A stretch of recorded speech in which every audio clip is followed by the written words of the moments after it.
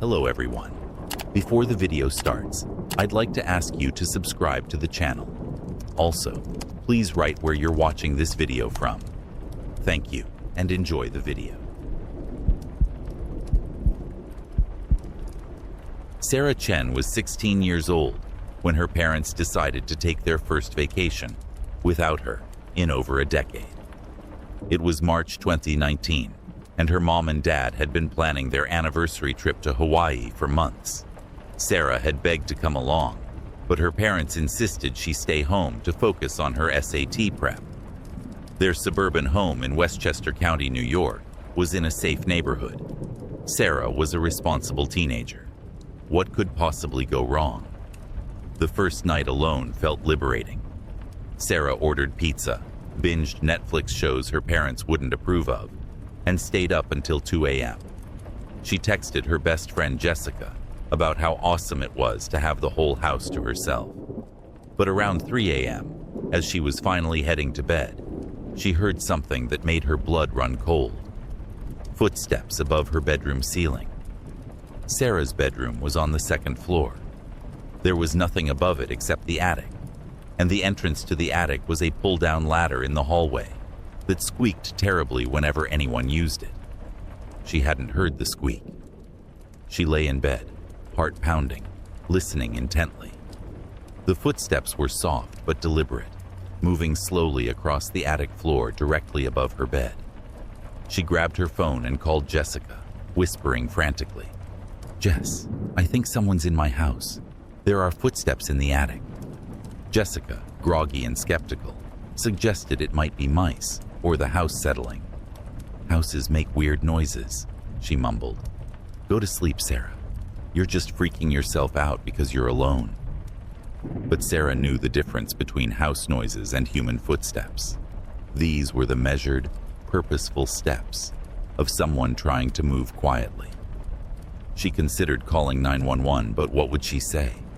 That she heard footsteps in the attic? Without any other evidence, would they even take her seriously? The footsteps stopped. Sarah waited, barely breathing, for 20 minutes. Nothing.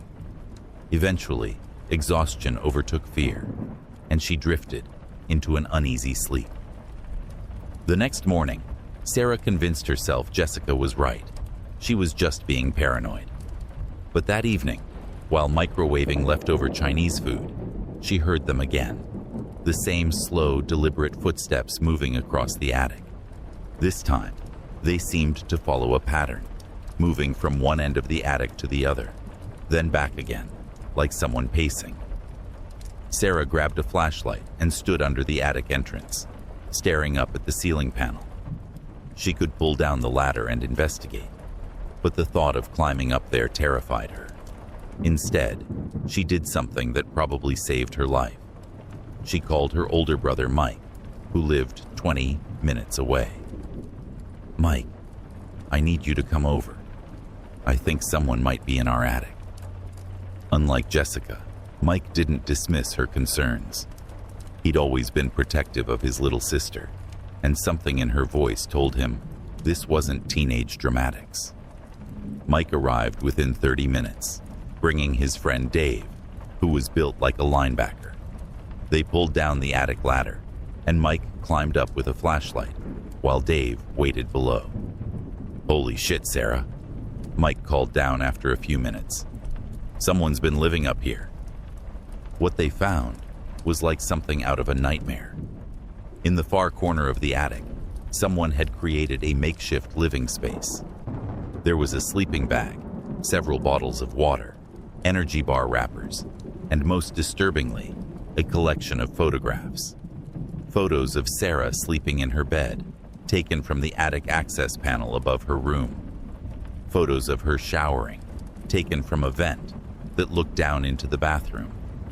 Photos of her family eating dinner, watching TV, going about their daily lives, completely unaware they were being watched. There was also a notebook filled with detailed observations about the family's routines. Father leaves for work at 7:15 a.m. Mother follows at 8:30 a.m. Daughter has violin practice Tuesdays and Thursdays. House empty from 3:05 to 5 on weekdays. The handwriting was neat, methodical. Whoever had been living in their attic had been studying them for weeks, possibly months. Mike immediately called 911. The police arrived and thoroughly searched the house and surrounding property, but whoever had been living in the attic was gone. The detective explained that this was more common than people realized. It was called frogging, named after frogs that jumped from place to place. People would secretly live in others' homes, often for extended periods, without the homeowners knowing. The detective, a veteran named Martinez, had seen several cases like this. Usually they're homeless individuals looking for shelter, he explained. But this, he gestured to the photographs and notebook. This level of surveillance and documentation suggests something more concerning. This person wasn't just looking for a place to stay. They were obsessed with your family. Sarah's parents cut their vacation short and flew home immediately. Her father, a usually calm accountant, was furious with himself for leaving Sarah alone. Her mother couldn't stop crying as she looked through the photographs, realizing how violated their privacy had been. The family installed a security system, changed all the locks, and sealed the attic entrance with a padlock. But the story doesn't end there, and this is where it gets truly terrifying. 3 weeks later, Sarah was home from school with a mild fever. Her parents were at work, and she was napping on the living room couch when she heard a sound that made her stomach drop. The familiar squeak of the attic ladder. But that was impossible. The entrance was padlocked. Sarah crept upstairs and saw something that still gives her nightmares. The padlock had been cut clean through, and the attic entrance was hanging open. Fresh, muddy footprints led from the front door, up the stairs, and to the attic entrance. Whoever had been living in their attic had returned. This time, Sarah didn't hesitate. She ran outside, called 911 from her cell phone, and waited in her car until the police arrived. When they searched the attic, they found the same sleeping bag and supplies. But this time, there was something new. A letter addressed to Sarah. The letter, written in the same neat handwriting as the notebook, was a rambling, obsessive manifesto about how Sarah was special and how the writer had been chosen to protect her. It detailed intimate knowledge of her daily routines, her fears, her dreams, information that could only have been gathered through months of careful observation. The writer claimed to love Sarah and insisted that her family didn't understand her the way he did. The police dusted for fingerprints and found a match in the system. The intruder was a 34-year-old man named Robert Kellerman, who had a history of breaking and entering charges and had recently been released from prison. He was a transient with no fixed address, which explained how he'd been able to disappear so easily. What made Sarah's situation particularly chilling was that Kellerman had specifically chosen her family. Police investigation revealed that he'd been watching several houses in the neighborhood for weeks before selecting theirs. He'd studied their routines, learned their schedules, and determined that their home offered the best combination of access and concealment. The police launched an intensive manhunt for Kellerman, but he seemed to have vanished. For weeks, Sarah barely slept. Every creak of the house, every shadow outside her window, sent her into a panic. The family considered moving, but her father had just started a new job, and they couldn't afford to relocate immediately. Then, exactly 1 month after the second break-in, Sarah's worst nightmare came true. She was home alone again. Her parents had only stepped out for an hour to run errands when she heard footsteps. Not in the attic this time, but on the first floor of the house.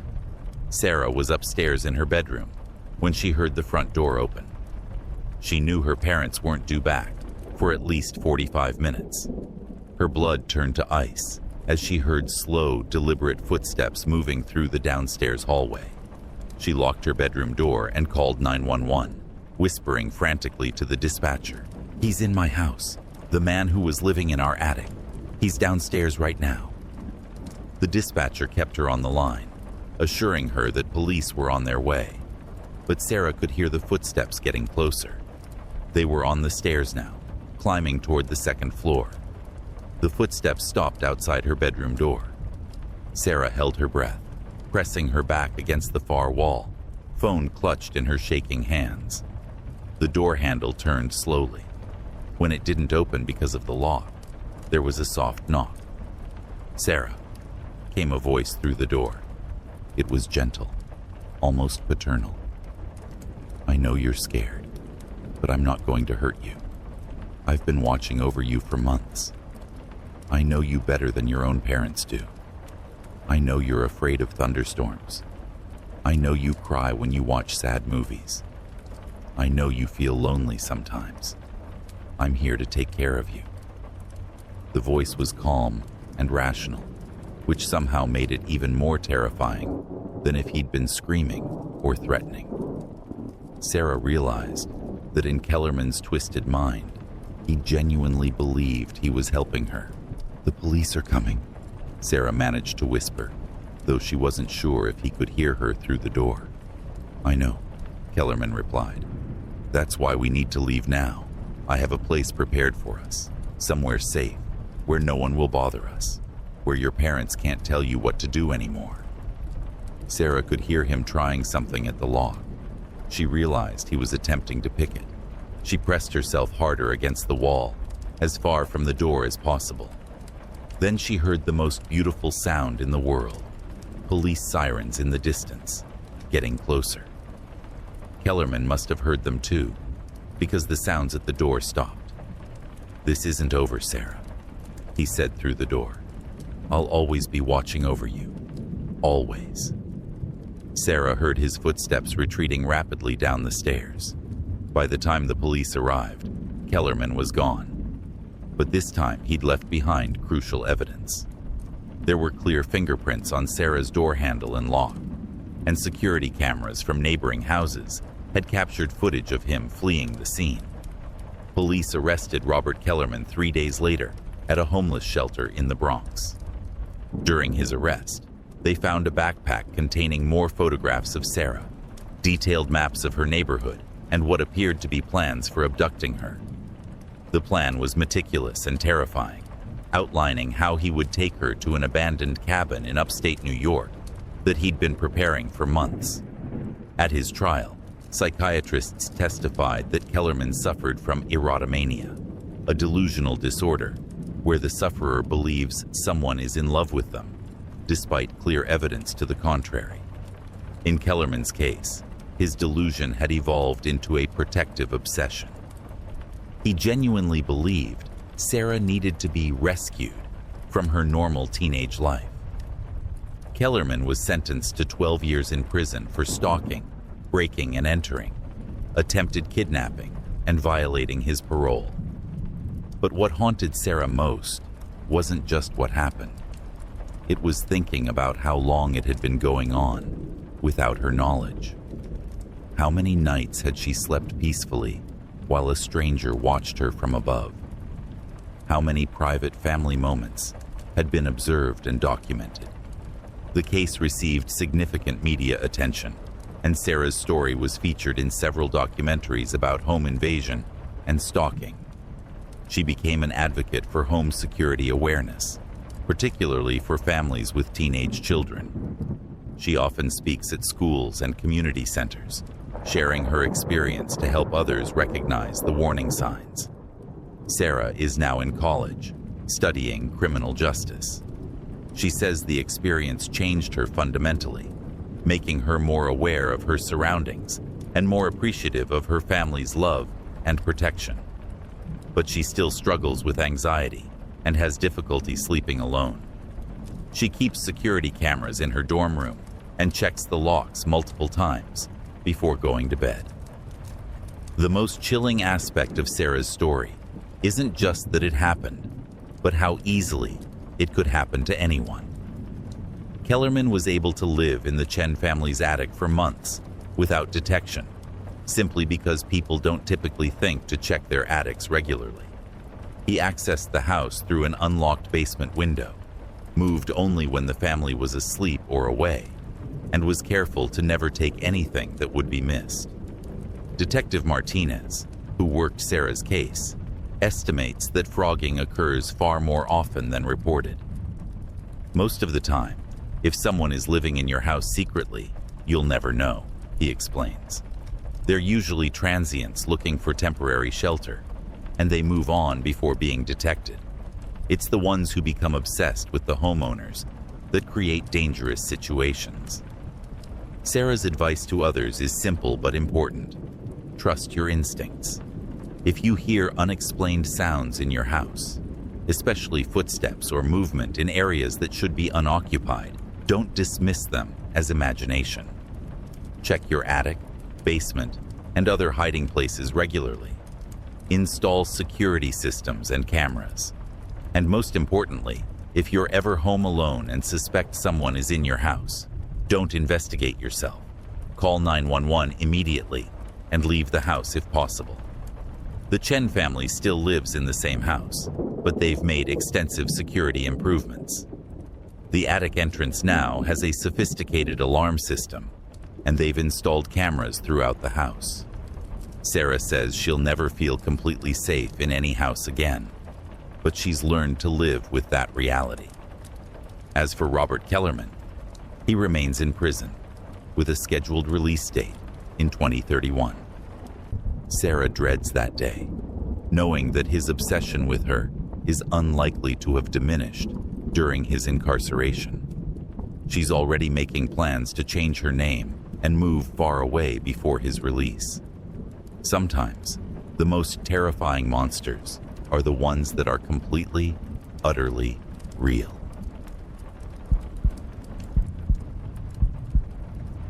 When 17-year-old Marcus Williams was left alone in his family's Victorian house in Salem, Oregon, for a long weekend in October 2018, he thought it would be the perfect opportunity to throw a small party.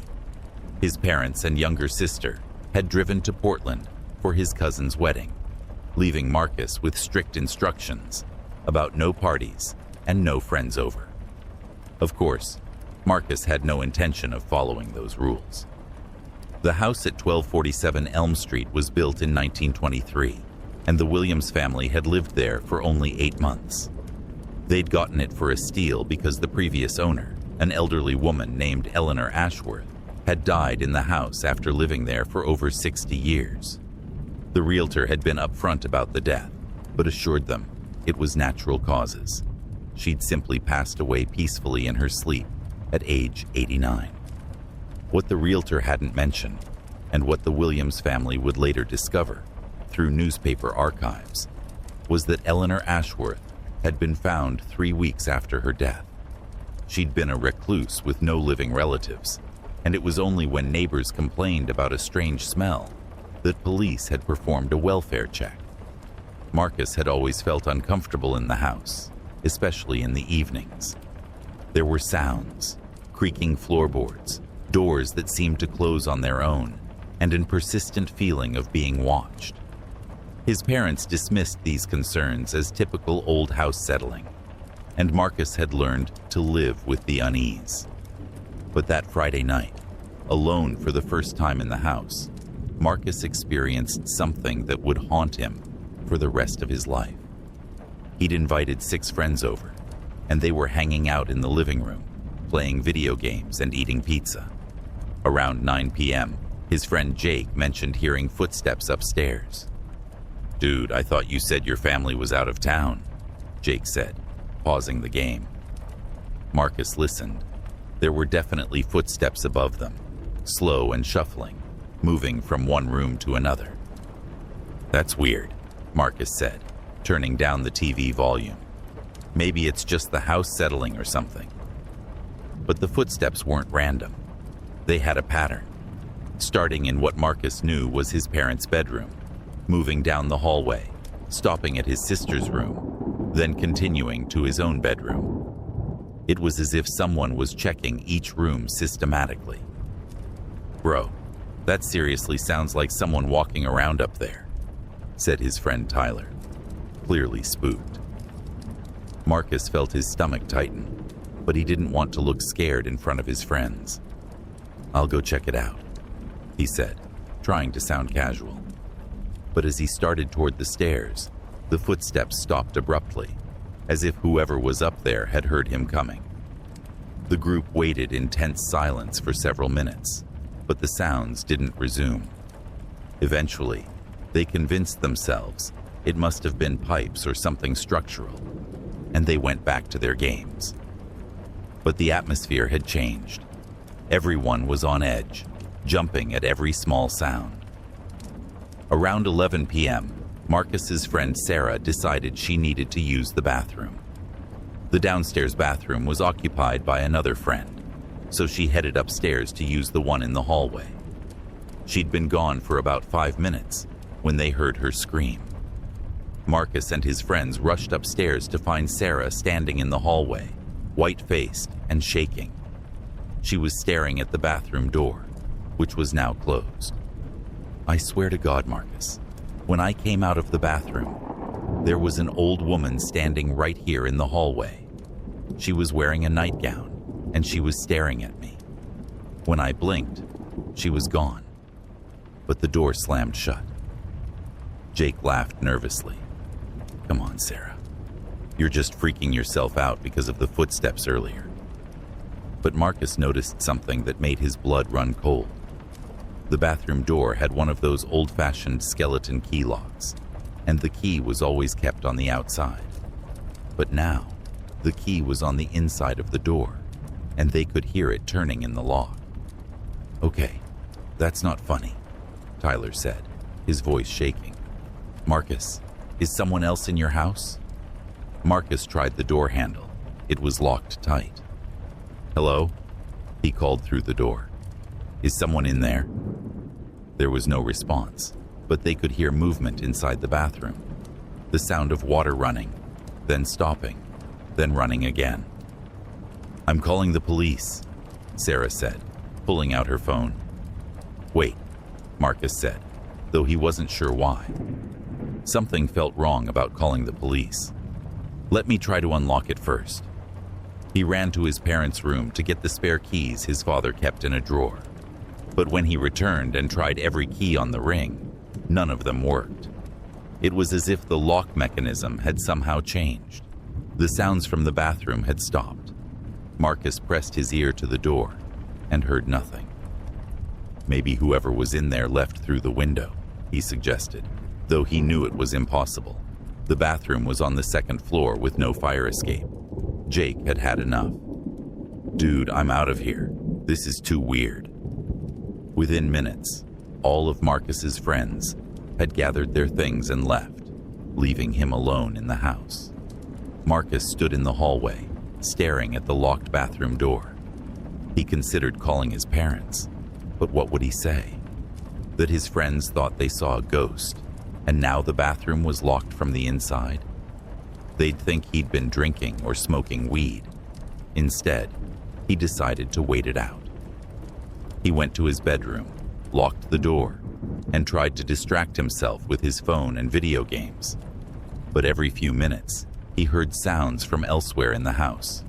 Footsteps, doors creaking, and most unsettling of all, the sound of running water from the locked bathroom. Around 2 a.m., Marcus was jolted awake by a sound he hadn't heard before. Classical piano music coming from downstairs.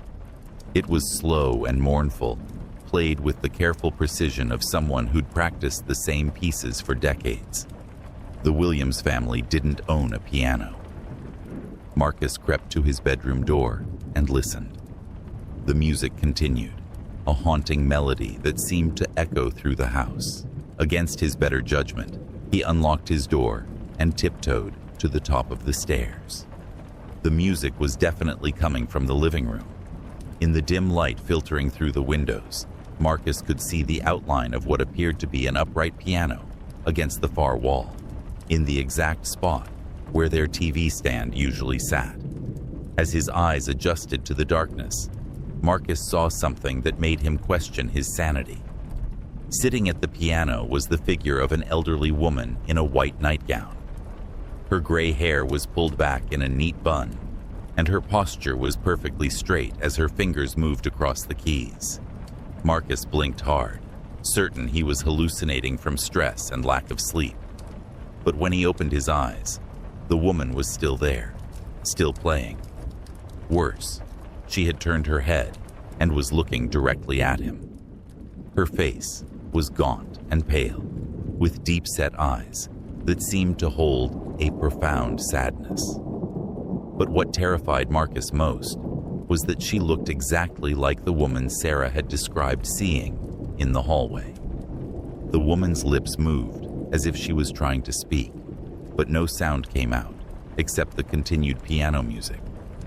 She raised one hand from the keys and pointed at Marcus, then at the room around her, then at herself. The gesture seemed to be saying, "This is my house." Marcus couldn't move.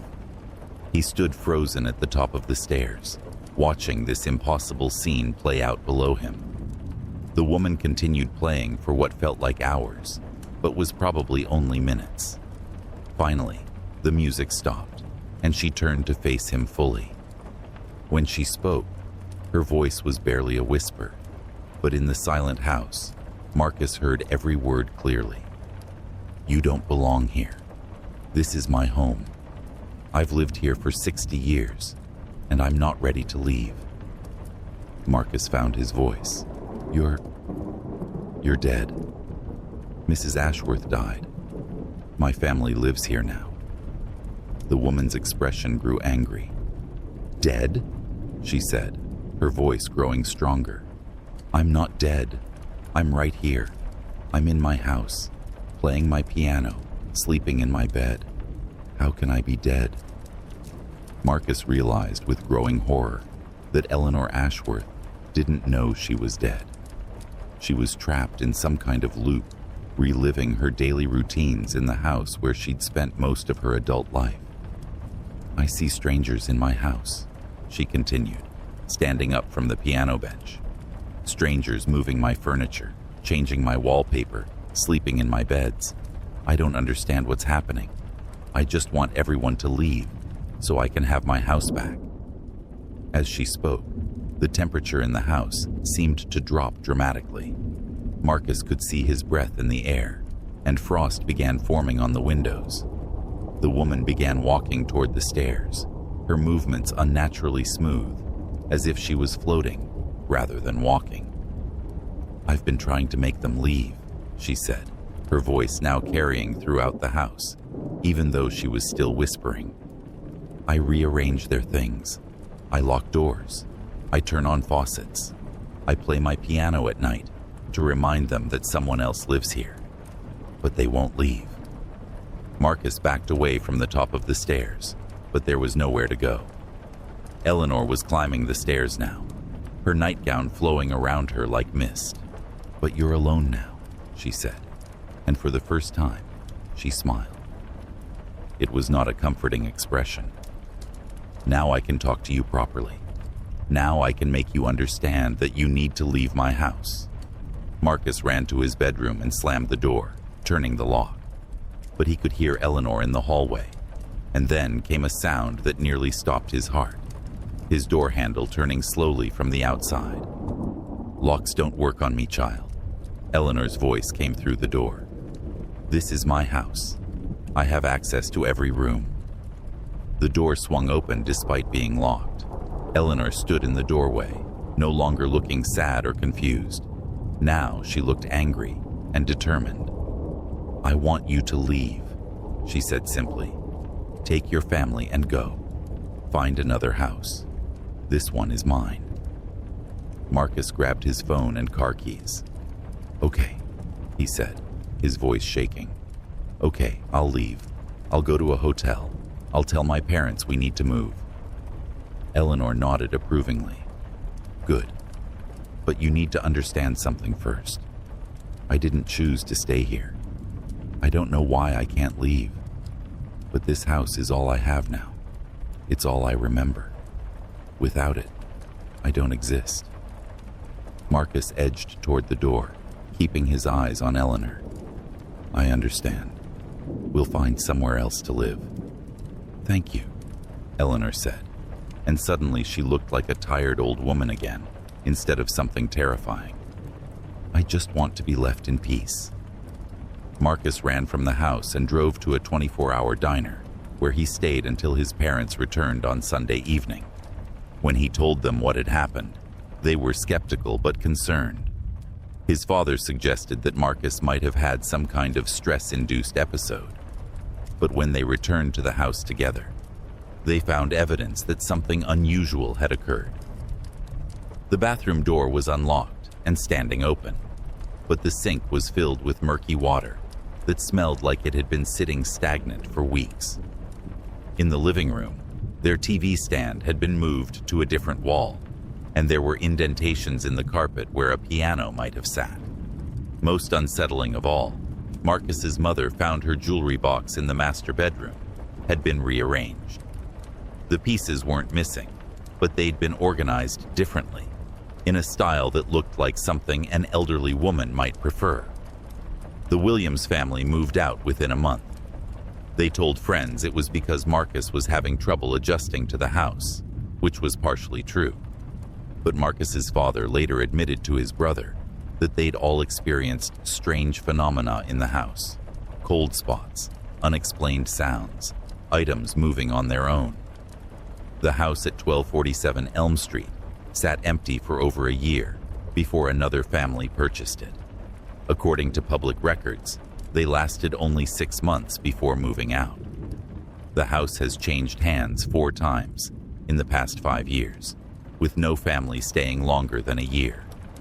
Marcus, now in college, still has nightmares about that weekend. But what haunts him most isn't the fear he felt that night. It's the sadness in Eleanor Ashworth's eyes when she explained that the house was all she had left. He sometimes wonders if she's still there, playing her piano at night, waiting for someone to understand that she just wants to go home, even though she never left. Local paranormal investigators have documented unusual activity in the house, including piano music heard by neighbors, lights turning on and off in patterns, and several residents reporting encounters with an elderly woman in a nightgown. The current owner, who bought the house at a significant discount, claims he doesn't mind sharing the space with Eleanor, as long as she keeps to herself. But Marcus knows better. Eleanor Ashworth isn't sharing the house. She's tolerating temporary visitors in her home. And someday, when she gets tired of being patient, she might decide to do more than just ask people to leave. The most terrifying part of Marcus's story isn't that he encountered something supernatural. It's the realization that Eleanor Ashworth had been trapped in that house for months after her death, confused and alone, unable to understand why strangers kept invading her home. Her anger wasn't malicious. It was the desperate frustration of someone who just wanted to rest in peace, in the only place she'd ever truly belonged. Sometimes, the scariest ghosts are the ones who don't know they're dead.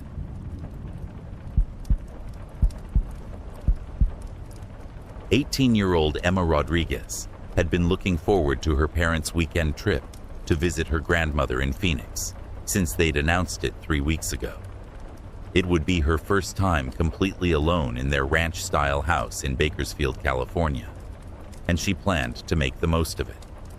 No curfew, no rules, just pure freedom for 3 whole days in February 2020. The house on Oleander Avenue had been in Emma's family since she was 5 years old. It was a modest single-story home built in the 1960s, with a large basement that her father had converted into his workshop and storage area. Emma rarely went down there.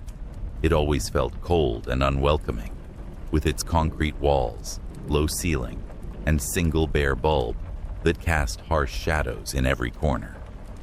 What Emma didn't know, and what her parents had never told her, was that the previous owner of their house, a man named Harold Voss, had spent the last 15 years of his life as a shut-in, rarely leaving the basement where he'd moved his bed, his books, and everything else he needed to survive.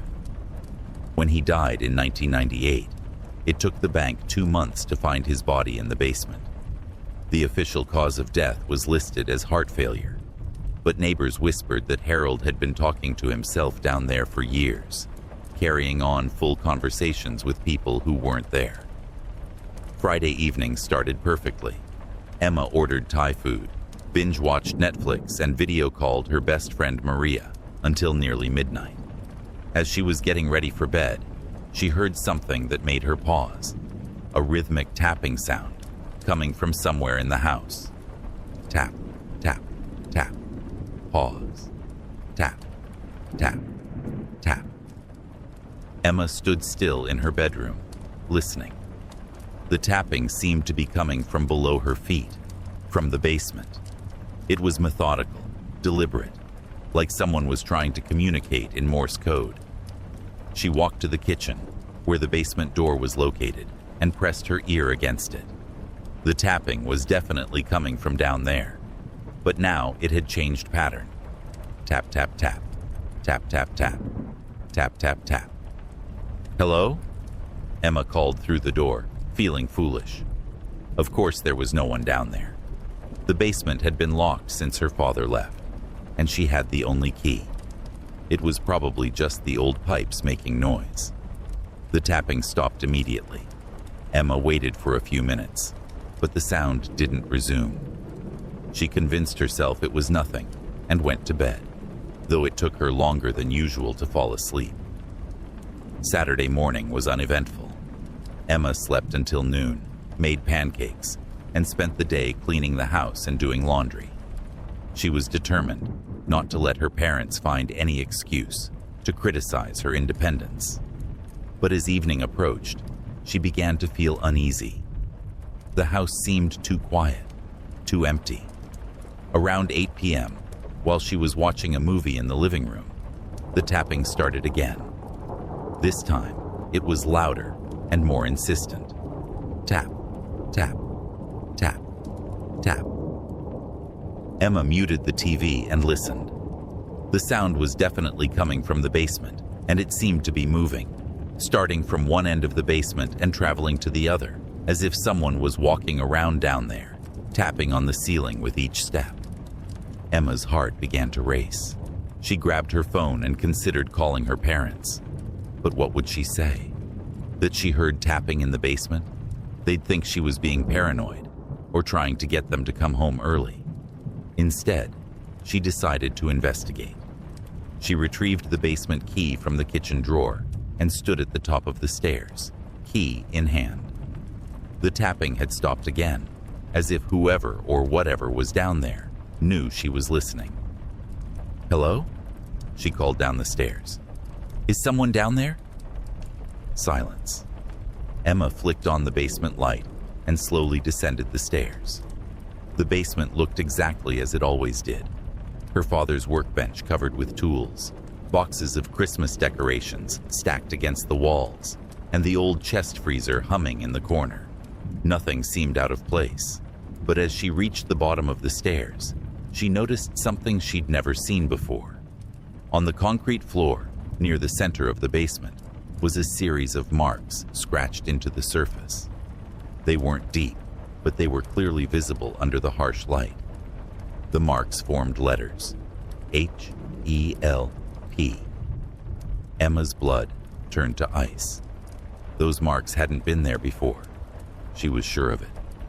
She'd been in the basement dozens of times over the years, and she would have noticed something like that. She examined the scratches more closely. They looked fresh, with little concrete dust still scattered around them. But how was that possible? The basement had been locked, and she had the only key. As she knelt to get a better look at the marks, the basement light went out. Emma was plunged into absolute darkness. The basement had no windows, and with the door closed at the top of the stairs, no light could filter down from above. She was in complete, suffocating blackness. No, no, no, she whispered, fumbling for her phone's flashlight. But as she tried to turn it on, she heard something that made her freeze. Footsteps, slow, shuffling footsteps moving across the basement floor. But Emma was alone down there. She was sure of it. The footsteps were coming closer. Emma could hear breathing now, labored, wheezing breaths like those of someone very old or very sick. She finally got her phone's flashlight working and swept it around the basement. Nothing. She was alone. But the footsteps continued, and now she could hear something else. A voice, barely above a whisper, speaking words she couldn't quite make out. Emma ran for the stairs, stumbling in the darkness, her phone's light bouncing wildly. She reached the top, slammed the basement door, and locked it. Her hands were shaking so badly, she could barely get the key to turn. She spent the rest of Saturday night in her parents' bedroom, with a chair pushed against the door. Every few hours, she heard the tapping from the basement, sometimes rhythmic, sometimes frantic, always insistent. By Sunday morning, Emma was exhausted and on edge. She hadn't slept more than an hour at a time, and every small sound in the house made her jump. She considered calling a friend to come over, or even checking into a motel for the day, but she was too embarrassed to explain what was happening.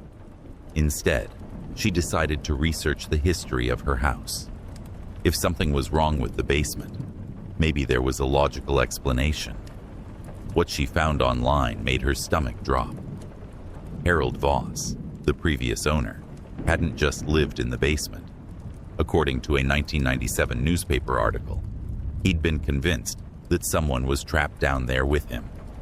Neighbors had called police multiple times about Harold screaming and pleading from the basement, always the same thing. "Please help me. Someone help me. I can't get out." When police investigated, they always found Harold alone in the basement. He would insist that there was another man down there, an older man who was sick and needed help. But police never found any evidence of a second person. The incidents were dismissed as the delusions of a mentally ill recluse. The article mentioned that Harold had scratched messages into the basement floor, trying to communicate with the outside world. The messages always said the same thing: help. Emma realized with growing horror that she might be experiencing the same thing that had driven Harold Voss to madness. But unlike Harold, she knew it wasn't real. She knew she was alone in the house. Didn't she? Sunday evening, Emma's parents called to say they'd be home around 9 p.m. Emma had never been so relieved to hear their voices. She just had to make it through a few more hours. But at 7 p.m., the tapping from the basement became violent. Bang, bang, bang. It wasn't tapping anymore. It was pounding, as if someone was hitting the basement ceiling with a hammer or throwing themselves against it. Emma sat in the living room, clutching her phone, trying to ignore the noise. But it was getting louder and more frantic. Bang, bang, bang, bang. Then she heard the voice again, clearer this time, calling from the basement. "Help me, please help me, I can't breathe." The voice was old, male, desperate. It sounded exactly like how Emma imagined Harold Voss might have sounded. Against every instinct screaming at her to stay away, Emma found herself walking to the basement door. The voice was so pitiful, so genuinely distressed, that she felt compelled to help. "Hello?" she called through the door. "Are you okay down there?" "Please," came the voice, weaker now. "I'm so cold. I can't move. I've been down here so long." Emma's hand hovered over the door handle. Logic told her this was impossible. She was alone in the house, but the voice sounded so real, so human. "Who are you?" she asked. "Harold," came the reply. "Harold Voss. I live here. I've always lived here. But something's wrong. I'm sick. I need help." Emma's blood ran cold. Harold Voss had been dead for over 20 years. "You're not real," she whispered. "Please don't leave me." Harold's voice pleaded. "Everyone leaves me. The police left me. My neighbors left me. Don't leave me down here alone." Emma backed away from the door, but Harold's voice followed her, seeming to come from everywhere at once. "I see you sometimes," he said. "You and your family, living in my house, moving my things, but you can't see me. No one can see me. I've been trying to get your attention for so long." Emma realized that what she was experiencing wasn't a haunting in the traditional sense. Harold Voss wasn't a ghost. He was something far worse. He was a man who had died alone and confused, and somehow his consciousness had become trapped in the basement where he'd spent his final years. He didn't know he was dead. In his mind, he was still alive, still sick, still calling for help that would never come. "I know you're there," Harold continued, his voice growing closer to the door. "I can hear you breathing. Please just open the door. Please just look at me. I've been so alone." Emma heard her parents' car pull into the driveway. She had never been so grateful for anything in her life. As soon as they walked through the front door, the voice from the basement stopped. "Emma," her mother called. "We're home." Emma ran to them, barely containing her relief. "How was Grandma?" she asked, trying to sound normal. "She's fine," her father replied, noticing Emma's pale complexion. "Are you okay? You look like you've seen a ghost." Emma almost laughed at the irony. "I'm fine, just tired. How was the drive?" As her parents unpacked and settled back in, Emma debated whether to tell them what had happened. But how could she explain it without sounding like she was having a mental breakdown? That night, as the family was getting ready for bed, Emma's father mentioned that he needed to go to the basement to check on something in his workshop. "Dad, wait," Emma said quickly. Maybe don't go down there tonight?" Her father looked at her strangely. "Why not?" Emma couldn't think of a good reason that wouldn't sound insane. "Just, the light was acting up yesterday. Maybe check it in the morning?" Her father shrugged and agreed. But later that night, Emma heard him get up and go to the kitchen. She crept to her bedroom door and listened. She could hear the basement door opening and her father's footsteps on the stairs. A few minutes later, he came back up. Emma heard him talking quietly to her mother in their bedroom. "That's strange," she heard him say. "Someone scratched something into the basement floor. It says, 'Help.' Wasn't there yesterday. Maybe it's been there for years, and you just noticed it," her mother replied. "No," her father said firmly. "I would have seen it before, and there's concrete dust around it, like it was just made." Emma pressed her ear closer to the door. "Do you think Emma might have done it?" her mother asked. "As some kind of prank or cry for attention?" "Emma? No way. She hates going in the basement.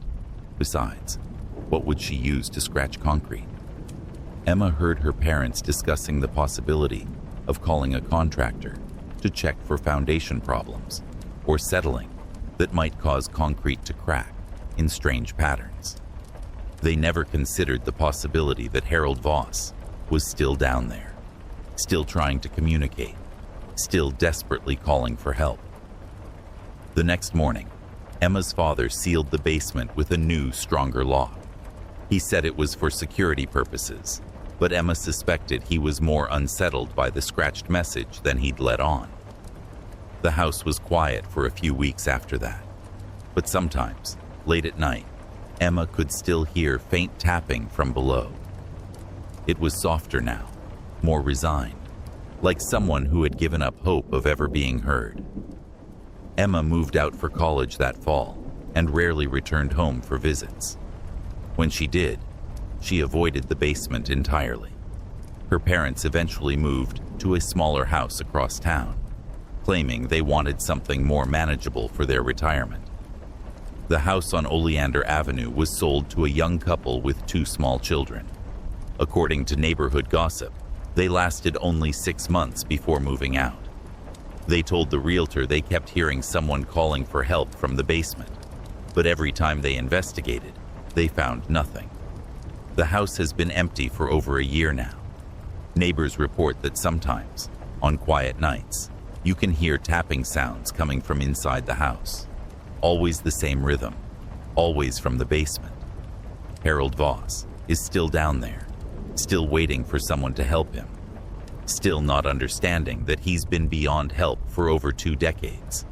And perhaps most terrifying of all, Emma sometimes wonders if her experience was just the beginning, if Harold's desperation to be acknowledged is growing stronger, and if someday he might find a way to make someone stay and listen. The scariest part isn't that Harold Voss died alone in that basement. It's that in some way, he's still dying there, over and over again, trapped in his final moments of confusion and fear, calling out to a world that can no longer hear him, except for those unlucky enough to be alone in his house after dark.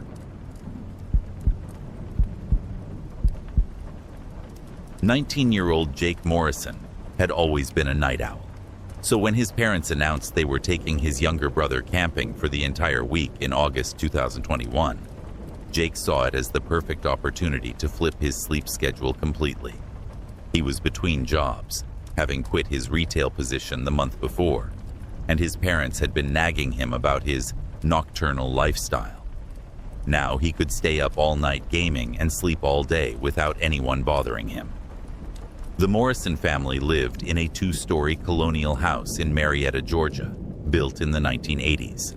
It was a quiet suburban neighborhood where nothing exciting ever happened. Jake's bedroom was on the 2nd floor, directly above the living room, and he'd set up his gaming station there with multiple monitors and a high-end PC that he'd built himself. What Jake didn't know, and what his family had never discussed, was that their house had a history of unusual incidents during its construction. In 1983, a construction worker named Ray Kellerman had fallen through an unsecured 2nd floor opening and died instantly when he hit the concrete foundation below. The accident happened at 3:17 a.m. during a night shift, and Ray had been working alone, trying to make up for lost time after falling behind schedule. The construction company had covered up the circumstances of the accident, claiming Ray had been working during normal hours when he fell. They didn't want to admit they'd been pushing workers to dangerous overnight shifts to meet their deadline. Ray's death was ruled an accident, and construction continued after a brief delay. Jake's first night alone started normally. He ordered pizza, stocked up on energy drinks, and settled in for an all-night gaming session with his online friends. Around 1 a.m., while he was deep into a particularly intense match, he heard something that made him pause the game. It sounded like someone working downstairs, the rhythmic tapping of a hammer, the scraping of tools on wood, and footsteps moving back and forth across the living room floor. Jake took off his headset and listened. The sounds were definitely coming from directly below his room. It sounded exactly like someone doing construction work, measuring, cutting, hammering. "That's weird," Jake muttered, checking the time. It was 1:23 a.m. Who would be doing construction work at this hour? He went to his bedroom window and looked out at the street. There were no work trucks parked outside, no signs of any legitimate construction activity. The neighborhood was completely quiet and dark. Jake went downstairs to investigate. The living room looked normal. Their furniture was in place, nothing was disturbed, and there were no tools or construction materials anywhere. But as soon as he reached the bottom of the stairs, the sounds stopped abruptly. He stood in the living room for several minutes, listening, but heard nothing except the normal settling sounds of the house. Confused but not particularly worried, Jake went back upstairs and resumed his game. At 2:47 a.m., the sounds started again. This time, they were louder and more persistent. Jake could hear what sounded like power tools, a drill, a circular saw, and the unmistakable sound of wood being cut and shaped. Jake's online gaming friends were asking why he kept going AFK, away from keyboard. "Sorry guys," he typed in the chat. "I think my neighbors are doing some kind of emergency repair work. It's loud as hell." But when Jake looked out his window again, the neighboring houses were all dark and quiet. The construction sounds were definitely coming from inside his own house. This time, when Jake went downstairs, he brought his phone and turned on the voice recorder app. If there really were strange sounds happening, he wanted proof. But again, as soon as he reached the living room, everything went silent. Jake stood in the middle of the room, holding his phone, feeling foolish. "Hello?" he called out. "Is someone there?" Nothing. He was about to go back upstairs when he noticed something that made his blood run cold. There were wood shavings scattered across the hardwood floor, tiny curls of fresh sawdust that definitely hadn't been there earlier. Jake knelt down and examined the shavings. They were real, fresh wood curls, still slightly damp with sap. But there was no wood being cut anywhere in the house. There were no tools, no construction materials, nothing that could have produced these shavings. Jake swept up the wood shavings and threw them away, trying to rationalize what he'd found. Maybe they'd been tracked in from outside somehow. Maybe his father had been working on a project and hadn't cleaned up properly before leaving. But Jake knew those explanations didn't make sense. The shavings had been in a neat pile in the center of the room, as if they'd fallen from someone working directly above that spot. And his father hadn't done any woodworking in months. Jake went back upstairs, but he couldn't concentrate on his games anymore. He kept listening for the sounds to start again, and he didn't have to wait long. At exactly 3:17 a.m., Jake heard something that made him rip off his headset and bolt upright in his chair. It was the sound of someone falling, a heavy thud, followed by a sickening crack, as if something had hit the floor with tremendous force. The sound came from directly below his room, from the living room. Jake's heart was pounding as he ran downstairs, expecting to find someone injured on the floor. But the living room was empty.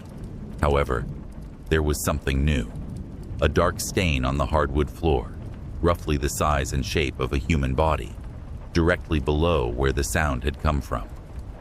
The stain looked like water, but it had a reddish tint that made Jake's stomach turn. He touched it with his finger and immediately pulled back. It was ice cold and had a metallic smell. Jake called out, "Hello? Is someone hurt? Do you need help?" But there was only silence. Jake took photos of the stain with his phone, then went to the kitchen to get cleaning supplies. But when he returned to the living room less than 2 minutes later, the stain was gone. The floor was completely dry, as if nothing had happened. Jake stared at the spot where the stain had been, questioning his own sanity. He looked at the photos on his phone. They clearly showed the dark stain on the floor. So he wasn't imagining things. But now the stain was gone. Jake decided to research his house online, something he'd never thought to do before. What he found made him understand that what he was experiencing wasn't random. Ray Kellerman had died at 3:17 a.m. on August 15, 1983, falling from the exact spot where Jake's bedroom was now located. He'd landed in what was then just an open foundation, but which was now the Morrison family's living room.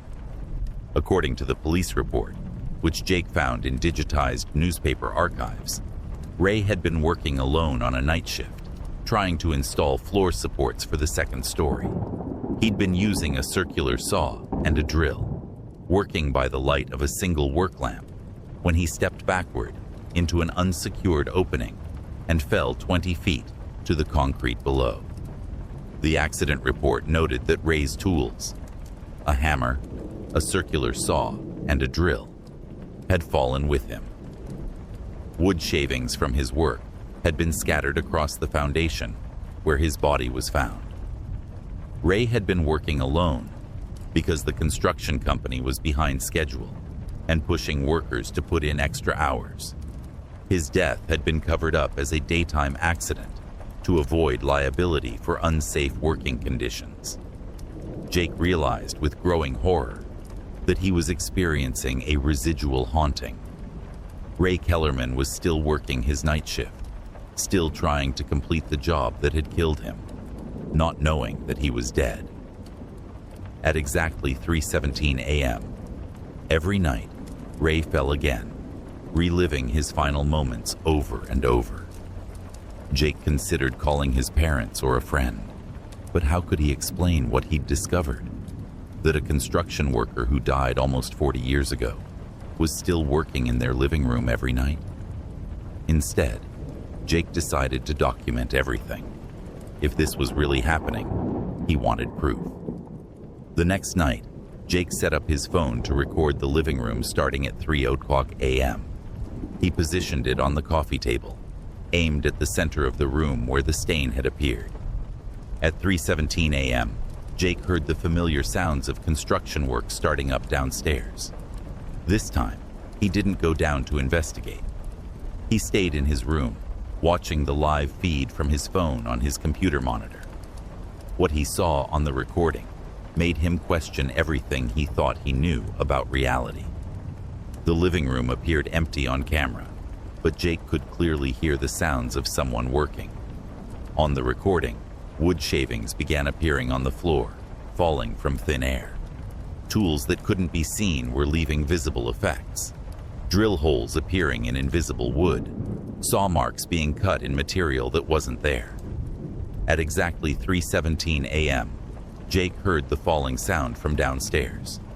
On the recording, the dark stain suddenly appeared on the floor, spreading outward as if something heavy and wet had hit it from above.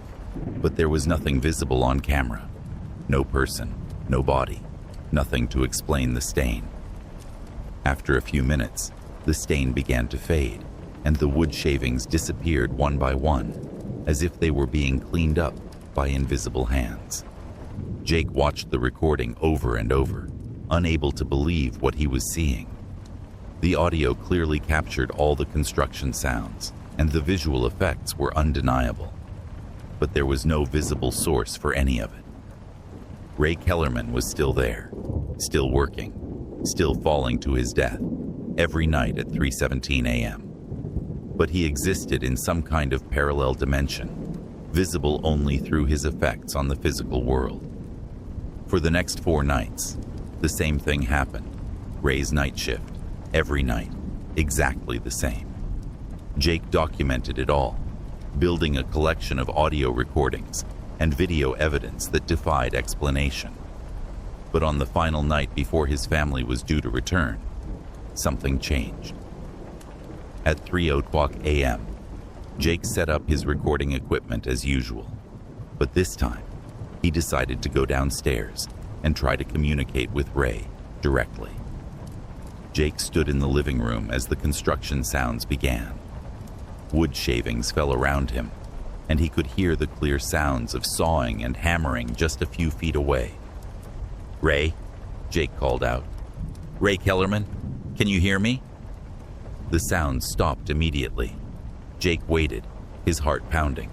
Then, very quietly, he heard a voice, rough, confused, like someone who'd been working alone for a very long time. "Who's there? This is a hard hat area. You shouldn't be here without proper safety equipment." Jake's blood ran cold. Ray was talking to him. "Ray, my name is Jake. I live here now. This isn't a construction site anymore. The house was finished a long time ago." There was a long pause. Then Ray's voice came again, closer this time. "Finished. But I'm not done. I still have work to do. The floor supports aren't secure yet. Someone could get hurt." Jake realized that Ray was trapped in his final moments, still trying to complete the job that had killed him. He didn't understand that he was dead, that the house had been completed decades ago. Ray, you need to stop working. It's dangerous. You need to be careful near that opening. Opening? Ray's voice was confused. What opening? I don't see any. Wait, what's that? At exactly 3:17 a.m., Jake heard Ray's scream of terror, followed by the horrible sound of his fall. The dark stain appeared on the floor, but this time, Jake thought he could see a faint outline of a human figure in the stain. Ray Kellerman was still dying, still experiencing the terror and confusion of his fatal fall every single night. Jake's family returned the next day. He decided not to tell them what he'd experienced. How could he explain that they were sharing their house with a dead construction worker who didn't know he was dead? But Jake couldn't forget what he'd witnessed. Ray Kellerman was trapped in an endless loop of his final night, working alone, trying to finish a job that would never be completed, falling to his death over and over again. Jake moved out of the house within 6 months, ostensibly to attend college in another state. But the real reason was that he couldn't stand hearing Ray's nightly routine anymore. The construction sounds, the fall, the scream, it happened every night at exactly 3:17 a.m., as regular as clockwork. Jake's parents still live in the house. His mother sometimes mentions hearing settling sounds at night, but she attributes them to the house's age. His father has occasionally found wood shavings in the living room and assumes they're being tracked in from his workshop. They don't know that Ray Kellerman is still working his night shift, still trying to complete the job that killed him, still falling through that unsecured opening every night at 3:17 a.m. Jake sometimes wonders if Ray will ever understand that his shift is over, that the job is done, that he can finally rest. But based on what Jake experienced, Ray is so focused on his work, so dedicated to completing his task, that he may never realize he's been off the clock for almost 40 years. The most terrifying part of Jake's story isn't that he encountered a ghost. It's the realization that Ray Kellerman is still suffering, still experiencing the terror of his fatal fall every single night, trapped forever in his final moments of life, unable to move on because he can't accept that his work is finished. Sometimes the scariest hauntings aren't about vengeance or unfinished business. Sometimes they're about someone who cared so much about doing their job right that they can't stop working, even in death.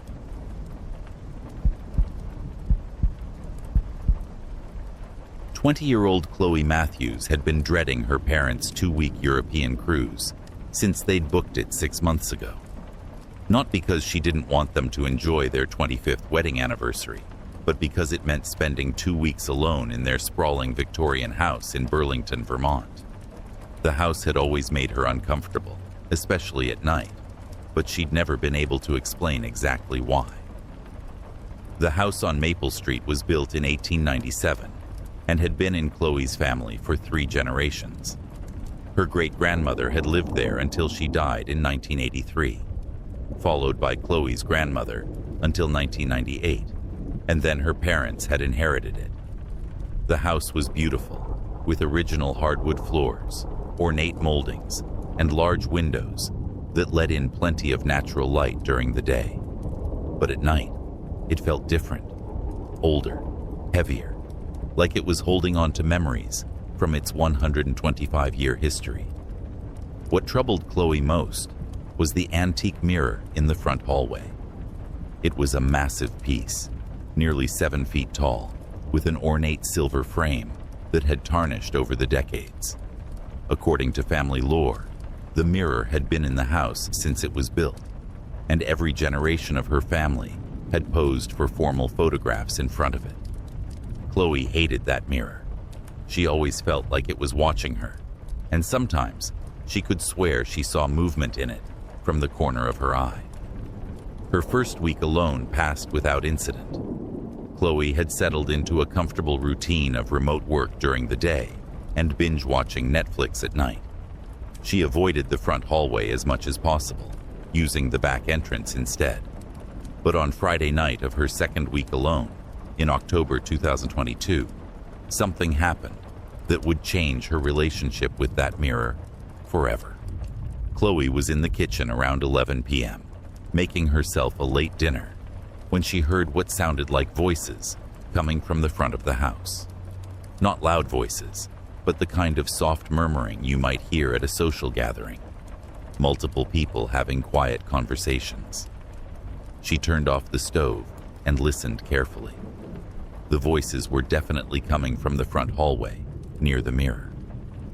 Chloe grabbed a kitchen knife and crept toward the sound, her heart pounding. As she got closer, she could make out individual voices. An elderly woman saying something about the children, a man discussing the weather this winter, and what sounded like a young girl giggling. But when Chloe peered around the corner into the hallway, it was empty. The voices stopped the moment she looked. Chloe stood in the doorway, staring at the antique mirror. In the dim hallway light, her reflection looked pale and scared. But for just a moment, she could have sworn she saw other faces behind her reflection, shadowy figures that disappeared when she tried to focus on them.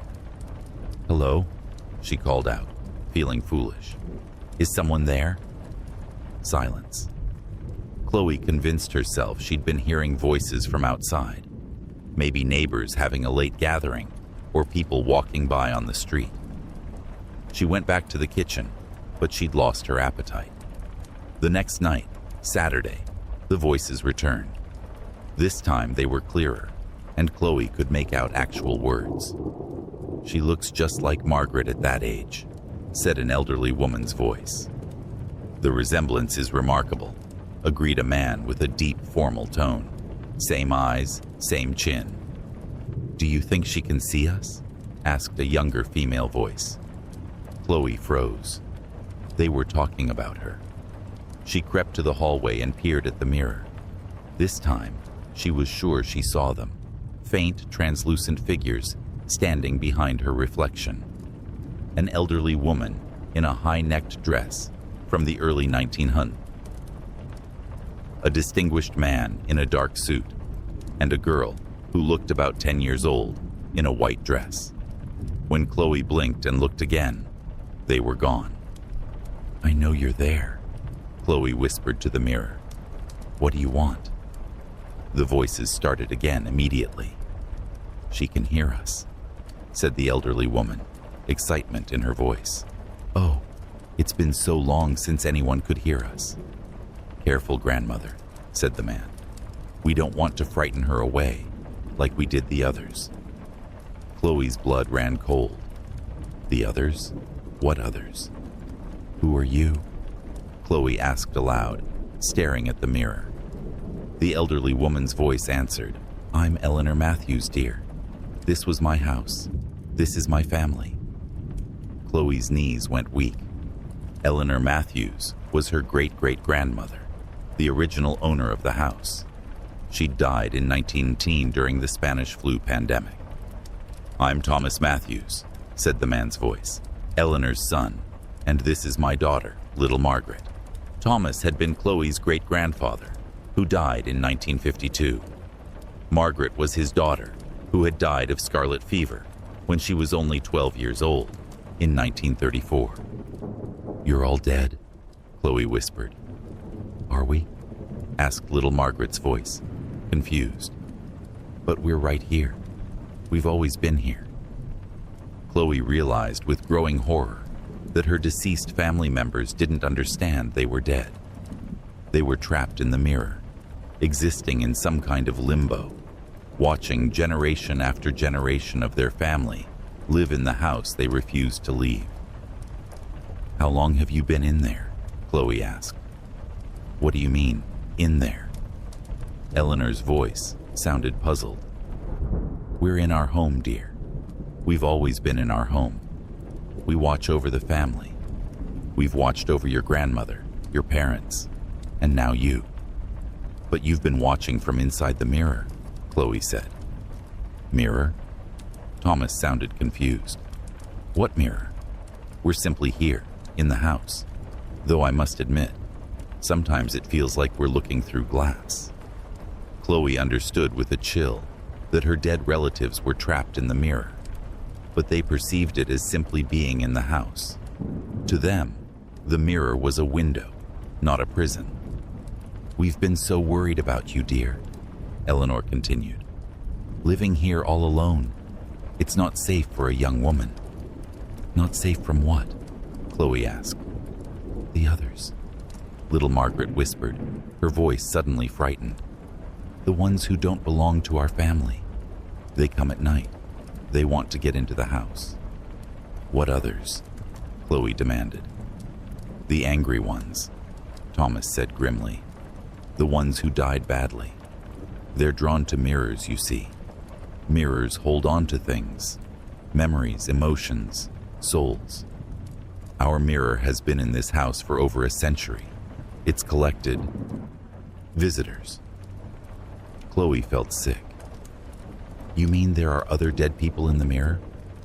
Not in the mirror with us, Eleanor said quickly. We keep them out. We protect the house. But they press against the boundaries, trying to get through, especially when someone is alone in the house. As if summoned by their conversation, Chloe began to see other shapes moving in the mirror's reflection. These weren't the gentle, familial presences of her relatives. These were dark, twisted figures with angry faces and grasping hands. They seemed to be pushing against the glass from the other side, trying to break through. Don't look at them directly, Thomas warned urgently. Don't acknowledge them. That gives them power. But it was too late. One of the dark figures had noticed Chloe looking and was now pressing its face against what appeared to be the inside surface of the mirror. Its mouth was open in a silent scream, and its eyes were filled with rage and desperation. She sees me, the figure seemed to be saying, though Chloe couldn't hear its voice. She sees me. Let me through. More dark figures began gathering behind the first one, all pressing against the mirror, all trying to break through to the living world. Run, dear, Eleanor's voice said urgently. Go to your room and don't come back until morning. We'll handle this. Chloe ran upstairs and locked herself in her bedroom. But even from the second floor, she could hear sounds coming from the hallway below. Not voices this time, but sounds like breaking glass, screaming, and what sounded like a violent struggle. The sounds continued for hours. Chloe covered her head with pillows, but she could still hear the chaos downstairs. It sounded like a war was being fought in her hallway. Finally, around 4 a.m., everything went quiet. The next morning, Chloe crept downstairs to check on the mirror. It looked normal. No cracks, no damage, just the same antique reflection it had always shown. But when she looked closely, she could see what looked like scratches on the inside surface of the glass, as if something had been clawing at it from within. Are you okay? Chloe whispered to the mirror. Eleanor's voice came back, weaker than before. We're fine, dear. But it was a difficult night. More of them are gathering. The mirror is getting crowded. What do they want? Chloe asked. What all the dead want, Thomas replied sadly. To live again, to feel again, to exist in the world of the living. The mirror holds them back, but it also attracts them. It's like a beacon to restless spirits. The house has been in our family for so long, Eleanor explained, and we've been protecting it for so long that word has spread in the other realm. Spirits know that our mirror is a gateway, a thin place between worlds. They gather here, hoping to break through. Little Margaret's voice was frightened. There are so many of them now. They're getting stronger, and they're angry that we won't let them through. Chloe spent the rest of that day researching her family's history and the history of the house. What she found was disturbing. According to death records, an unusual number of people had died in the house over the years, not just her family members, but previous owners, visitors, and even strangers who had somehow died on the property. In 1903, a traveling salesman had died of a heart attack in the front hallway, right in front of the mirror. In 1928, a burglar had broken in and somehow died during the robbery. The police report said he was found standing in front of the mirror, apparently having died of fright. In 1967, a utilities worker had been electrocuted in the basement, but was found upstairs in the hallway, though no one could explain how he'd gotten there.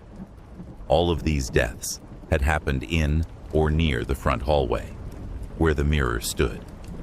And according to Chloe's research, mirrors in old houses were often considered spirit traps, objects that could hold on to the energy and consciousness of people who died near them. Chloe realized that her family's mirror wasn't just holding her deceased relatives. It had been collecting souls for over a century, and now it was overcrowded with angry, desperate spirits who wanted out. That night, Chloe decided to try to help. She couldn't live with the knowledge that her family members were trapped in an eternal battle to protect her house from increasingly aggressive spirits. "There has to be another way," she told the mirror. "You can't fight them forever." "There is no other way," Eleanor said sadly. "If we let them through, they'll possess the living, cause chaos, hurt innocent people. We can't allow that."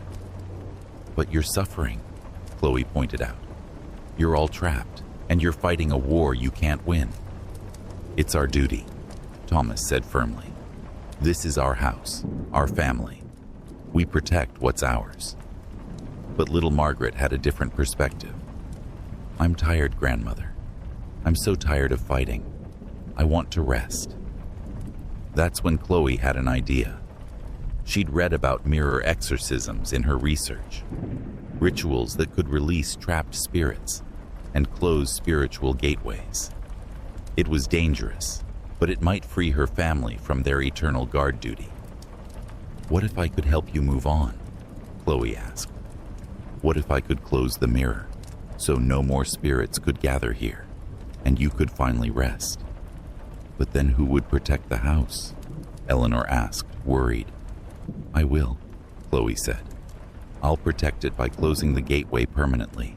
No more spirits, no more fighting, no more fear." There was a long pause before Thomas spoke. "It's risky. If the ritual goes wrong, it could release all of us at once, the family spirits and the angry ones. But if it works," little Margaret said hopefully, "we could finally sleep." Chloe spent the next day researching mirror exorcism rituals. She found a procedure that involved reflecting light through the mirror at specific angles while reciting words of release and protection. It had to be done at exactly midnight, and it required the cooperation of the trapped spirits. That night, at 11:45 p.m., Chloe set up candles around the mirror and positioned herself in front of it with a flashlight and the ritual words she'd found. "Are you ready?" she asked her family. "We're ready," Eleanor said, though her voice was shaky. "But Chloe, if something goes wrong, if the angry spirits break free, you must run. Don't try to help us. Just get out of the house and never come back." At exactly midnight, Chloe began the ritual. She reflected the flashlight beam through the mirror at specific angles while reciting the words of release. The mirror began to glow with an inner light, and she could see all the spirits clearly now. Her family members standing together on one side, and dozens of dark, angry figures pressed against the other side. The angry spirits realized what was happening and began fighting harder than ever to break through. The mirror started to crack, spiderweb lines spreading across its surface. "Hurry, dear," Eleanor called out. "The barrier is breaking." Chloe spoke the final words of the ritual, and the mirror exploded in a flash of brilliant white light. When her vision cleared, the hallway was filled with broken glass, and the ornate frame stood empty. But something had gone wrong. Instead of disappearing, some of the angry spirits had escaped into the house. Chloe could hear them moving through the rooms, knocking over furniture, slamming doors, screaming with rage at finally being free. But then she heard another sound, her family's voices, no longer coming from the mirror, but from the house itself. "We're still here, dear," Eleanor said, her voice now coming from everywhere at once. "We're free from the mirror, but we're still bound to the house, and now we can protect it properly." What followed was the sound of a supernatural battle throughout the house, as Chloe's protective family spirits fought the escaped angry entities. It lasted for hours, with crashes, screams, and sounds that seemed to come from beyond the physical world. When morning came, the house was quiet. The angry spirits were gone, either destroyed or driven away by Chloe's family. But her relatives were gone too. They had expended their energy in one final battle to protect their home and their descendant. Chloe's parents returned from their cruise to find their daughter packing. She told them she was moving out for college, but she didn't mention the real reason. She couldn't explain that she'd released over a century's worth of trapped spirits, that their house had been a supernatural battleground, or that their deceased family members had sacrificed themselves to keep her safe. The house on Maple Street has been quiet ever since. Chloe's parents notice that it feels different now, lighter somehow, less oppressive. They assume it's because Chloe has moved out and they're becoming empty nesters. But sometimes, late at night, they hear soft voices in the hallway. Not the angry murmuring of trapped spirits, but the gentle conversation of family members who are finally at peace. Eleanor, Thomas, and little Margaret are still there, but they're no longer trapped or fighting. They're simply home, watching over the house they love, no longer bound by mirrors or fear. Chloe visits occasionally, and when she does, she can sense their presence, warm, loving, and protective. The mirror is gone, replaced by a simple coat rack, but the love of her family remains. The most terrifying part of Chloe's story isn't that her house was haunted. It's the realization that her family had been suffering for decades, trapped in an endless battle to protect their home, too loyal and too loving to abandon their duty even in death. Sometimes the most frightening hauntings aren't about evil spirits. They're about good people who love their family so much that they can't let go, even when letting go would bring them peace. 21-year-old Dylan Pierce had always been proud of his independence. So when his parents announced they were spending 3 weeks visiting his sister's new baby in Oregon in September 2023, Dylan jumped at the chance to house-sit their colonial home in Lancaster, Pennsylvania. He was between semesters at community college, working part-time at a local electronics store, and the idea of having the whole house to himself sounded perfect.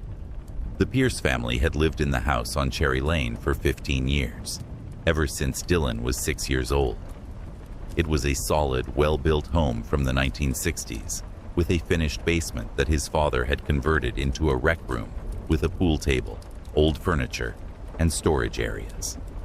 Dylan had spent countless hours down there as a teenager, playing video games and hanging out with friends. But there was one part of the basement that had always bothered him, a small door at the far end, barely 4 feet high, that led to a crawl space under the front porch. The door was always kept locked with an old padlock, and his father had repeatedly warned him never to go in there. "It's just storage for old junk," his dad would say. "Dangerous stuff, old paint cans, chemicals, nothing you need to worry about." What Dylan didn't know was that his father had been lying about what was behind that door for the past 15 years. Dylan's first week alone was uneventful. He fell into a comfortable routine of work, gaming in the basement, and having friends over. But on the Tuesday of his second week, something happened that would shatter his sense of security forever. Dylan was in the basement around 11 p.m., playing an online game, when he heard something that made him pause and take off his headset. It was a scratching sound, rhythmic and persistent, coming from the direction of the small locked door. Scratch, scratch, scratch, pause, scratch, scratch, scratch. Dylan muted his game and listened carefully.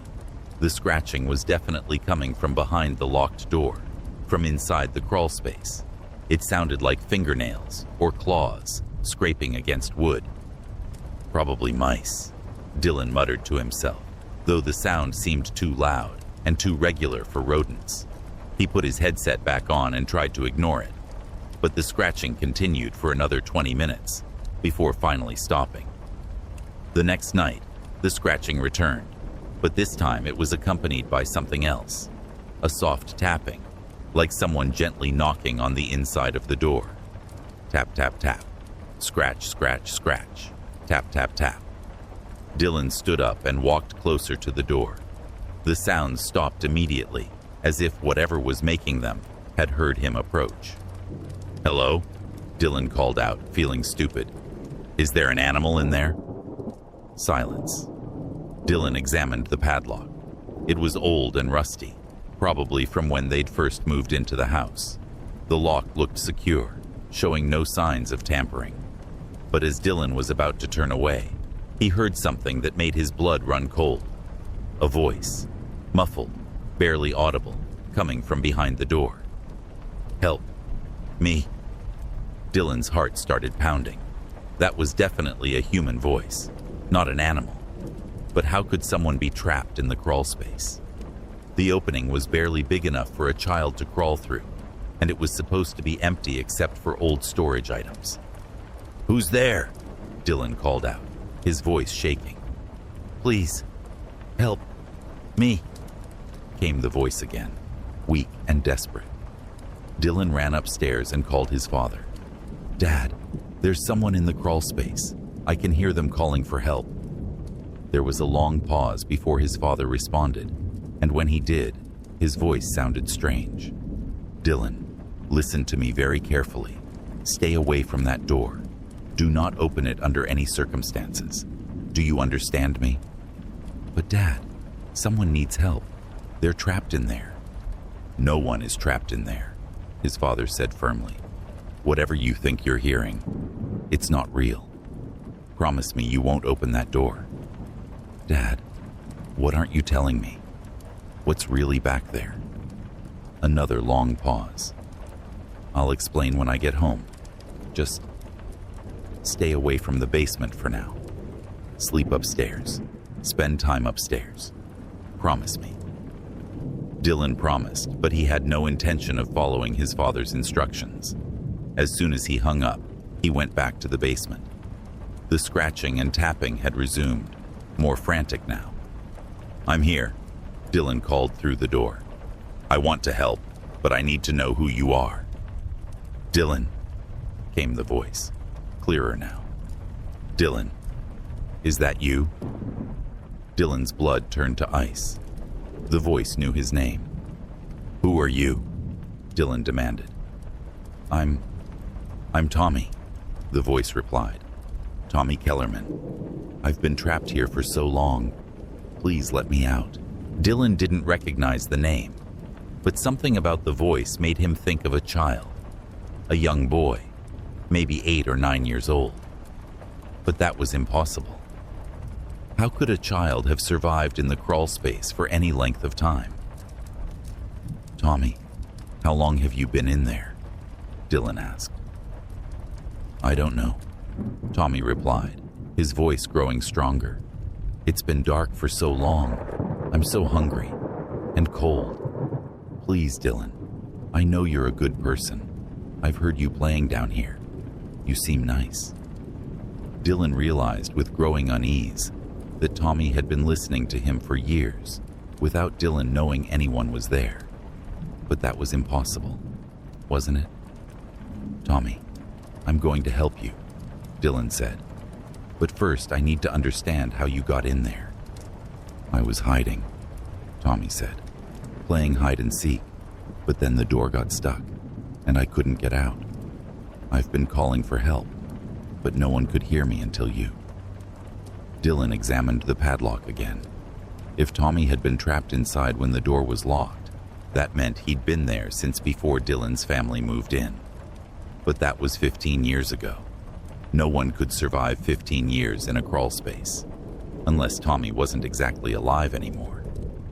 Despite his father's warnings, Dylan decided he had to see what was behind the door. He couldn't live with the thought that someone, even someone who might be dead, was trapped and calling for help. Dylan found a hacksaw in his father's tool collection and began cutting through the padlock. It was slow work, and the whole time Tommy kept talking to him through the door. "Thank you, Dylan. You're so kind. I can't wait to see you. I've watched you grow up, you know, through the little gaps in the walls. You've gotten so tall." The idea that something had been watching him for years without his knowledge made Dylan's skin crawl, but he kept sawing at the lock. "Tommy, what do you look like?" Dylan asked, trying to keep the conversation going. "I'm still 8 years old," Tommy replied. "I never got to grow up like you did. I've been waiting here, staying the same, while you got bigger and older." Dylan's hands were shaking now, but he couldn't stop. The padlock was almost cut through. "Tommy, when you get out, what do you want to do first?" "I want to play," Tommy said, and for the first time, his voice took on a different quality, something hungry and excited. "I want to play games with you, Dylan. We can be best friends. I've been so lonely for so long." The padlock snapped, and Dylan pulled it free. He hesitated with his hand on the door handle. Something felt very wrong about this situation, but Tommy sounded so desperate, so alone. "Are you ready, Tommy?" Dylan asked. "I'm ready," Tommy replied, his voice now right against the door. "I've been ready for 15 years. Dylan opened the door. The crawl space was pitch black, and Dylan couldn't see anything at first. He turned on his phone's flashlight and peered inside. The space was small and cramped, filled with old paint cans and chemical containers, just as his father had said. But in the far corner, Dylan's flashlight beam revealed something that made him scream. It was a child's skeleton, still wearing the rotted remains of clothes from the 1980s. The bones were small and delicate, clearly those of a young boy. But most horrifying of all, the skeleton's jaw was moving, as if it was still speaking. "Thank you, Dylan," came Tommy's voice, though it was no longer coming from the skeleton. It was coming from right behind Dylan. Dylan spun around to find himself face to face with the translucent figure of a young boy. Tommy looked exactly as he'd described, 8 years old, with sandy hair and clothes from decades past. But his eyes were wrong. They were too old, too knowing, too hungry. "I've been waiting so long to get out of that small space," Tommy said, his child's voice now carrying an undertone of something ancient and malevolent. "Do you know how boring it is to be trapped in one room for 15 years? But I could watch you and your family through the cracks in the walls. I learned so much about you, Dylan." Dylan backed away, but Tommy followed him, moving without seeming to walk. "Your father knew I was there," Tommy continued conversationally. "He could hear me sometimes, late at night. That's why he put the padlock on the door, not to keep people out, but to keep me in. He was so afraid I'd influence you or your sister when you were young.